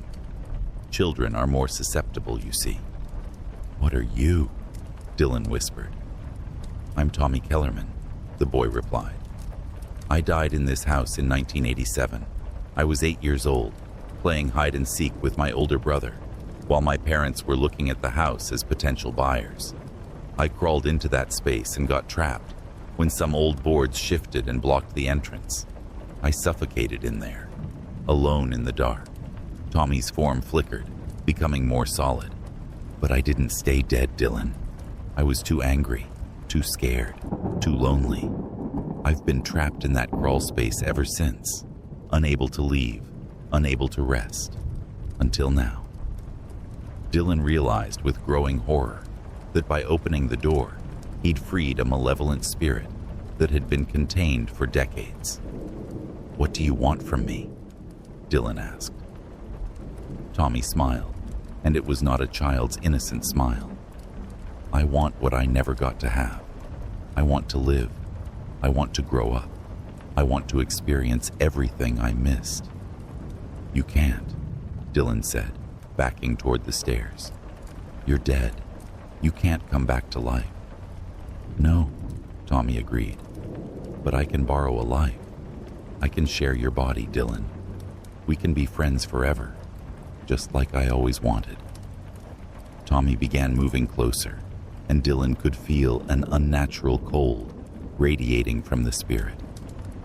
"I've been watching you for years, learning about you, understanding how you think and feel. I know you better than anyone else in the world. We're perfect for each other." Dylan ran for the stairs, but Tommy was faster. The spirit passed through Dylan's body, and suddenly, Dylan felt like he was sharing his own mind with someone else. He could hear Tommy's thoughts, feel Tommy's emotions, and worst of all, he could feel Tommy trying to take control of his movements. "Don't fight it," Tommy's voice said, now coming from inside Dylan's own head. "It's so much better when we work together. I just want to experience life through you. I'll be quiet most of the time, I promise." But Dylan could feel Tommy's presence growing stronger, more dominant. The spirit wasn't just sharing his body. He was trying to possess it completely. Dylan stumbled up the stairs and out of the basement, slamming the door behind him. But it didn't matter. Tommy was inside him now, not trapped in the crawl space. "You can't keep me out anymore." Tommy's voice echoed in Dylan's mind. "I'm part of you now, and soon I'll be all of you." Dylan could feel his own thoughts being pushed aside as Tommy's consciousness expanded within him. The spirit was like a parasite, feeding on Dylan's life force and memories. Dylan managed to call 911, but when the paramedics arrived, they found nothing wrong with him physically. How could he explain that he was being possessed by a dead child? They suggested he might be having a psychological episode brought on by stress and isolation. But Dylan knew what was happening. Tommy was taking over, bit by bit, hour by hour. Dylan's own personality was being consumed from the inside. Dylan's parents cut their trip short and flew home immediately. When they arrived, they found Dylan sitting in the living room. But something was wrong. He was sitting too straight, too formally, the way a child might sit when trying to impress adults. "Hello, Mr. and Mrs. Pierce," Dylan said, but his voice had a strange, childish quality. "Thank you for letting me live in your house all these years." Dylan's father immediately understood what had happened. "You opened the door," he said, his face pale. "Dylan helped me," came the reply, but it was clearly Tommy speaking through Dylan's body. "He's still in here, but he's getting smaller. Soon there will only be me." Dylan's mother was crying. "What did you do to our son?" "I'm sharing him," Tommy replied with Dylan's voice. "He was lonely too, you know. Now we can be together forever." Dylan's father revealed the truth he'd been hiding for 15 years. He'd known about Tommy from the day they'd moved in. The previous owners had mentioned strange sounds from the crawl space but had dismissed them as settling or animal activity. Dylan's father had investigated and discovered Tommy's remains and his lingering spirit. "I should have called a priest," Dylan's father said. "I should have had the house blessed. But I thought the padlock would be enough. I thought if I kept him contained, he'd eventually fade away." But Tommy hadn't faded. He'd grown stronger, feeding on his anger and loneliness, waiting for someone to free him. Dylan's family tried everything: priests, psychic mediums, paranormal investigators. But Tommy had been preparing for 15 years, learning about Dylan, understanding his mind and soul. The possession was too complete to reverse. Sometimes Dylan's own personality would surface briefly, and he'd beg his parents to help him. But these moments became rarer and rarer as Tommy consumed more of Dylan's identity. Eventually, Dylan's family had to accept that their son was gone. The person living in Dylan's body looked like him, sounded like him, but had the mannerisms and interests of an 8-year-old boy from the 1980s. Tommy would play with toys meant for children, watch cartoons, and talk about wanting to make friends his own age. The most heartbreaking part was that Tommy genuinely didn't understand what he'd done wrong. In his mind, he'd found the perfect friend, someone to share his existence with, someone who would never leave him alone again. Dylan's parents moved out of the house within 6 months. They couldn't bear to live in the place where their son had been lost to a lonely spirit who just wanted a friend. The house on Cherry Lane has been sold twice since then, but no family stays long. New owners report hearing children playing in the basement late at night, even when no children live in the house. They find toys that no one remembers buying, and hear the sound of hide-and-seek games being played in empty rooms. Dylan still lives there. Or rather, the thing that was Dylan lives there. Neighbors occasionally see him in the yard, but something about him seems wrong. Too childish, too innocent for his adult body. He waves at children walking by and asks if they want to play, but parents instinctively pull their kids away. The most terrifying aspect of Dylan's story isn't that he was possessed by an evil spirit. It's that Tommy Kellerman wasn't evil at all. He was just a lonely child who had been trapped in darkness for 15 years, who wanted nothing more than a friend to play with. His possession of Dylan was born from isolation and longing, not malice. But good intentions don't make the outcome any less horrifying. Dylan's consciousness is gone, consumed by a spirit who couldn't understand that some forms of friendship require too high a price. The locked door in the basement stands open now, the padlock lying broken on the floor. But it no longer matters. What was contained behind that door has found a new home in Dylan's body, and this time, there's no lock strong enough to keep it contained. Sometimes the most frightening hauntings come from spirits who aren't trying to hurt anyone. They're just so desperate for companionship that they'll destroy a life to get it. Tommy Kellerman got his friend in the end, but the cost was Dylan Pierce's entire existence. And in the basement of the house on Cherry Lane, if you listen carefully late at night, you can still hear the sound of two children playing together. One laugh bright and innocent, the other growing fainter with each passing day, until someday it will be silent forever.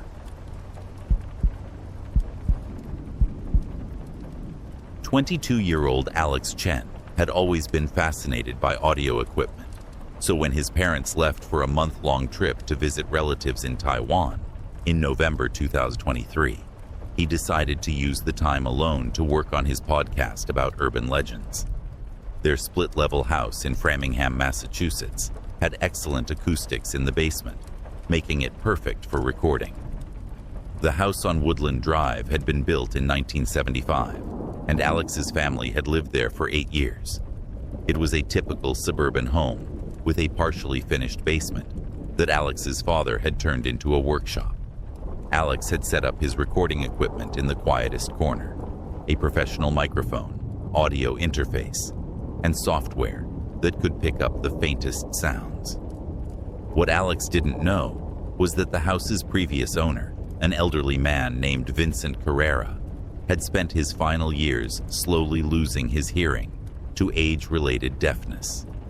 Before he died in 2015, Vincent had become increasingly paranoid and isolated, convinced that people were whispering about him, plotting against him. He'd installed crude recording devices throughout the house, trying to capture evidence of the voices he claimed to hear. Alex's first week of recording went smoothly. He'd finished 3 podcast episodes about local ghost stories and was proud of the professional quality of his work. But on the Tuesday of his second week alone, something happened that would turn his passion for audio recording into a nightmare. Alex was in the basement around midnight, editing his latest episode with headphones on, when he noticed something strange in the audio waveform on his computer screen. There was a section where he'd been speaking alone, but the waveform showed 2 distinct voice patterns, his own and something else. Alex isolated the section and played it back. His own voice came through clearly. The legend says that if you listen carefully at midnight, you can hear the voices of people who died in the house. But underneath his voice, barely audible, was another sound. It was whispered speech, so quiet that Alex had to turn up the volume to maximum to hear it clearly. When he did, his blood ran cold. The whispered voice was saying, "He can't hear us yet, but he will. He's listening so carefully. Soon he'll hear everything." Alex rewound the recording and played it again. The whisper was definitely there, speaking while Alex had been talking, as if someone else had been in the room with him. But Alex had been alone. He checked the rest of the recording and found more whispered voices, always speaking when Alex was talking, as if they were commenting on what he was saying. The voices were different, some male, some female, some old, some young. But they all had the same quality. They sounded like people who were trying desperately to be heard. "Who is he talking to?" whispered one voice. "Does he know we're here?" asked another. "He has such good equipment," said a third. "Better than Vincent's old machines." Alex's hands were shaking as he saved the recording. He'd heard of electronic voice phenomena, EVP, the supposed capture of spirit voices on recording equipment, but he'd always been skeptical. Now he had what seemed like clear evidence of multiple voices that shouldn't exist. Alex decided to test this scientifically. The next night, he set up his recording equipment and spoke directly to whatever might be listening. "If there's anyone here," Alex said clearly into the microphone, "I want you to know that I can hear you. I found your voices in my recordings. If you want to communicate, I'm listening." He recorded for an hour, speaking periodically and leaving long stretches of silence. When he played back the recording, Alex discovered that the voices were much clearer now, as if they'd realized he could hear them and were speaking up. "He knows about us," said an elderly man's voice. "Vincent used to try to record us too," said a woman, "but his equipment wasn't as good. We've been trying to talk to people for so long," said a younger voice, "but no one listens anymore." "Tell us about the outside world," pleaded another voice. "We've been here so long.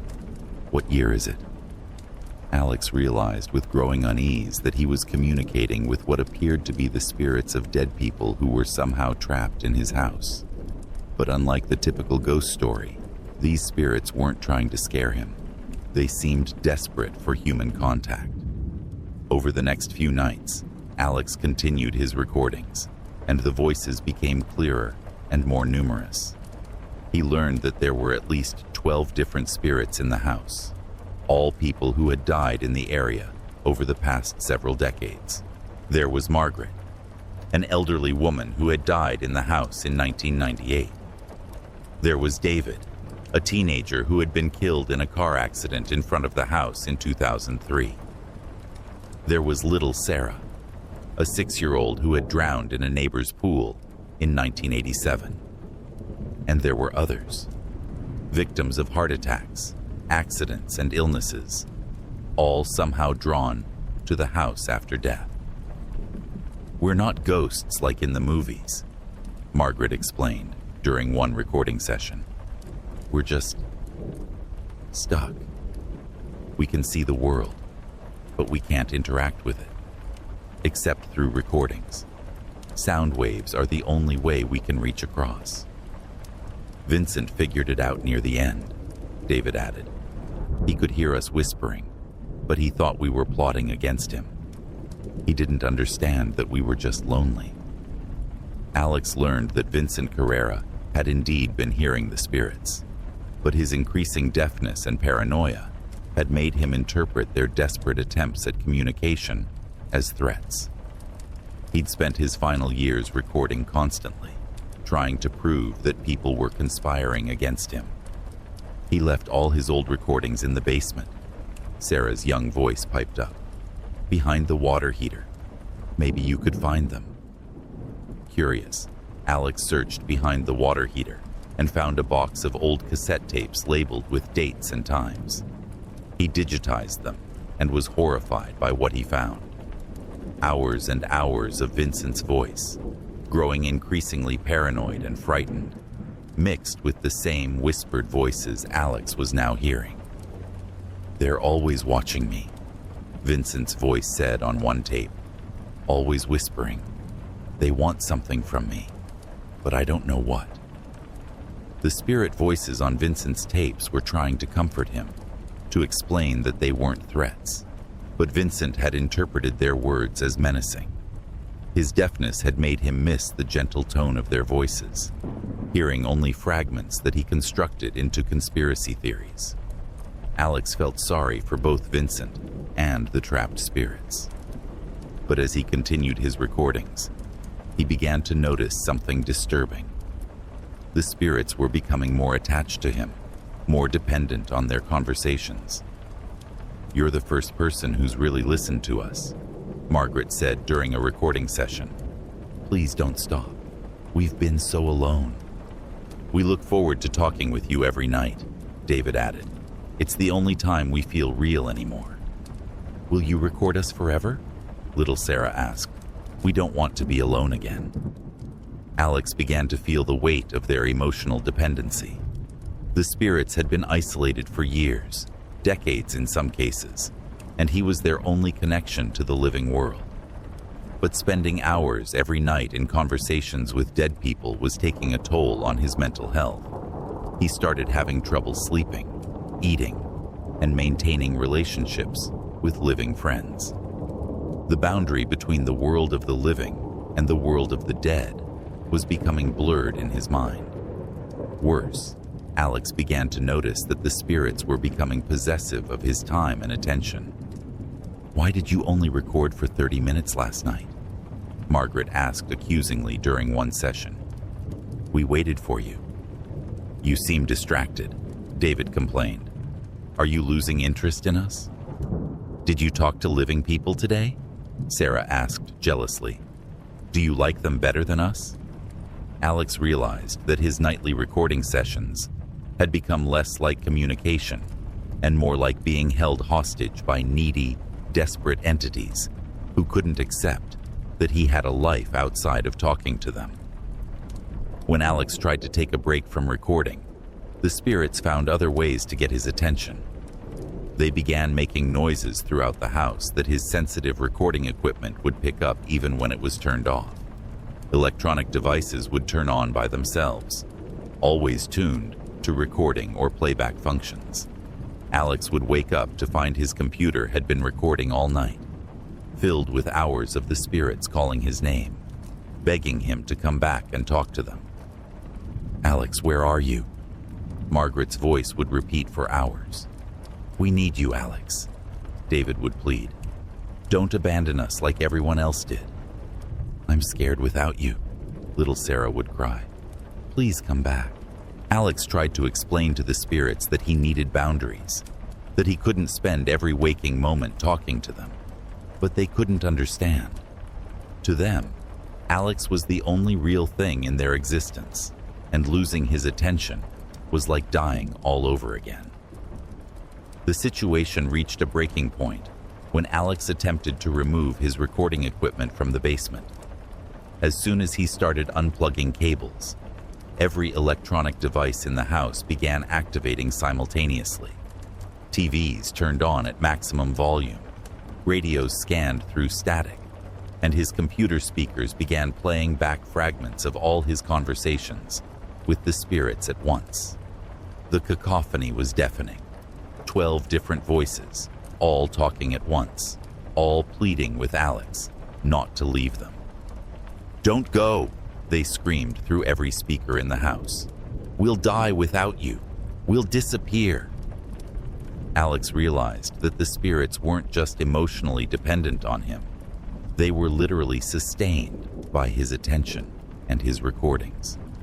Without his acknowledgement, they would fade back into whatever limbo they'd existed in before he'd started hearing them. But Alex also realized that he was disappearing too. He'd lost weight, stopped taking care of himself, and hadn't spoken to a living person in days. The spirits were consuming his life as surely as he was sustaining theirs. When Alex's parents called to check on him, he tried to sound normal, but his mother immediately noticed something was wrong. "You sound exhausted, Alex. Are you eating? Are you getting enough sleep?" Alex looked around his basement, surrounded by recording equipment and boxes of tapes.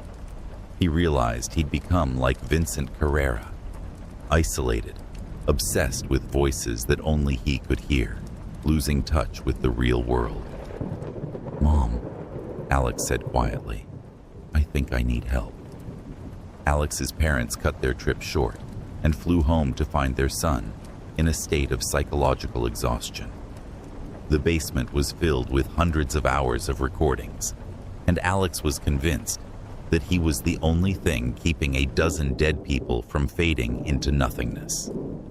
Alex's family brought in a therapist who specialized in grief and paranormal experiences. She helped Alex understand that even if the spirits were real, he couldn't sacrifice his own life to sustain theirs. He had to set boundaries and accept that the dead needed to find their own peace.